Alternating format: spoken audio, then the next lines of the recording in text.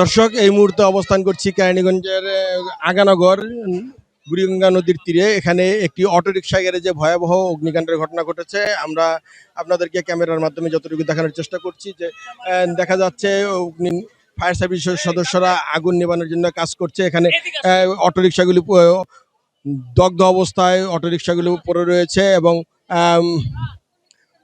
স্বেচ্ছাসেবীরা fire সার্ভিসের সাথে তারা হাতে হাত মিলিয়ে কাজ করছে। আমরা এখানে উৎসুক মানুষের ব্যাপক ভিড় দেখতে পাচ্ছি এবং ফায়ার সার্ভিসের সদস্যরা ঘটনাস্থলে এসে আধ ঘন্টার চেষ্টায় আগুন মোটামুটি নিয়ন্ত্রণে এনেছে। তবে সর্বশেষ এখন যে অগ্নি নির্বাপনের যে কাজ সেটা তারা এখন করছে।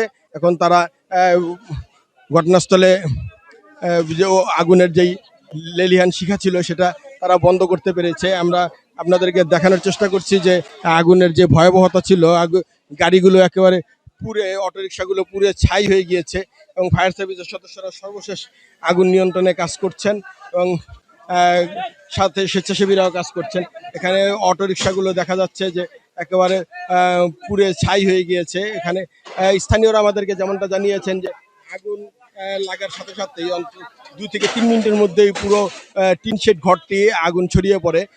তারা ধারণা করছেন যে সে সময় তো বিদ্যুৎ ছিল না, তবে তারা ধারণা করছেন বৈদ্যুতিক শর্ট সার্কিট থেকে আগুনের সূত্রপাত নাও হতে পারে। সেক্ষেত্রে অন্য কোনো ব্যাটারি চালিত যেহেতু অটোরিকশাগুলো ছিল এবং ব্যাটারির যেই দাহ্য পদার্থ বা ব্যাটারির ভেতরে যেই কার্বাইড যেই কেমিক্যালগুলো ছিল সেখান থেকে আগুন কিন্তু দ্রুত ছড়িয়ে পড়তে পারে, এমনটাই আশঙ্কা করছেন স্থানীয়রা।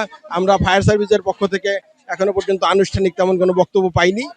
ফায়ার সার্ভিসের সদস্যরা এখন আগুন নির্বাপনে ব্যস্ত রয়েছেন। তারা আমাদেরকে জানিয়েছেন যে আগুন নির্বাপন শেষ হলে তারা আনুষ্ঠানিকভাবে আমাদেরকে জানাবেন। তবে আমরা এখানে দেখতে পেয়েছি যে বেশ কয়েকজন ভুক্তভোগী এখানে এসে উপস্থিত হয়েছেন। তাদের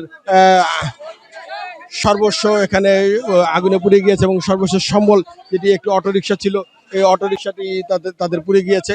ভাই, কি আপনার অটোরিকশা ছিল? জি ভাই, আমার একটাই ছিল ভাই, ওই গাড়ি, নতুন গাড়ি ভাই, নতুন গাড়ি অল্প কিছুদিন হয়েছে ভাই, মানাইছে আমি শেষ ভাই, ধ্বংস পুরা। ঘরের জিনিস বেচে, স্বর্ণ বেচে গাড়িটা মানাইছে শেষ। সুজন বন্ধু, আমি শেষ, গাড়ি গেছে আমার। দর্শক, আপনারা শুনলেন যে সর্বশেষ সম্বল যেই অটোরিকশাটি ছিল, অটোরিকশাটি তার পুরো একেবারে ছাই হয়ে গেছে। তিনি যে তার ভাষায় তিনি একেবারে নিঃস্ব হয়ে গিয়েছেন। তিনি তার ঘরের মধ্যে যে স্বর্ণ গয়না ছিল সেগুলো বিক্রি করে তিনি এই অটোরিকশাটি কিনেছিলেন। আমরা ফায়ার সার্ভিসের সদস্যদের দেখতে পাচ্ছি যারা নিরলস পরিশ্রম করে এই আগুন নিয়ন্ত্রণে কাজ করছেন। তবে এখানে এখনো পর্যন্ত পুলিশের সদস্যদের আমরা দেখতে পাইনি। যেহেতু অনেক মানুষ রয়েছে, উৎসুক মানুষের ভিড় এখানে সামাল দিতে আইন শৃঙ্খলা রক্ষাকারী বাহিনীর প্রয়োজন ছিল, তবে আইন শৃঙ্খলা রক্ষাকারী বাহিনীকে আমরা এখনো দেখতে পাইনি। আমরা এখানে একজনের সাথে কথা বলবো। আপনি ছিলেন? আগুন যখন লাগছে আমি আসলাম হলের সামনে, আগুন লাগছে আমার গাড়িগুলি সব পুড়িয়ে গেছে। হ্যাঁ, ভ্যান গাড়ি। দর্শক, এখানে অনেক ভুক্তভোগীরা এখানে এসেও জড়ো হয়েছেন এবং ভুক্তভোগীরা সবাই তাদের সর্বশেষ সম্বল হারিয়ে এখন একেবারে নিঃস্ব হয়ে গিয়েছেন, এমনটাই দাবি করছেন এবং নিঃস্ব হয়ে গিয়েছেন এবং তারা কান্নায় ভেঙে পড়ছেন। আমরা ক্যামেরার মাধ্যমে আপনাদেরকে দেখানোর চেষ্টা করছি যে সর্বশেষ উদ্ধার পরিস্থিতি। আগুন নির্বাপনে ফায়ার সার্ভিসের সদস্যরা নিরলসভাবে কাজ করছেন। ফায়ার সার্ভিসের ক্যানিং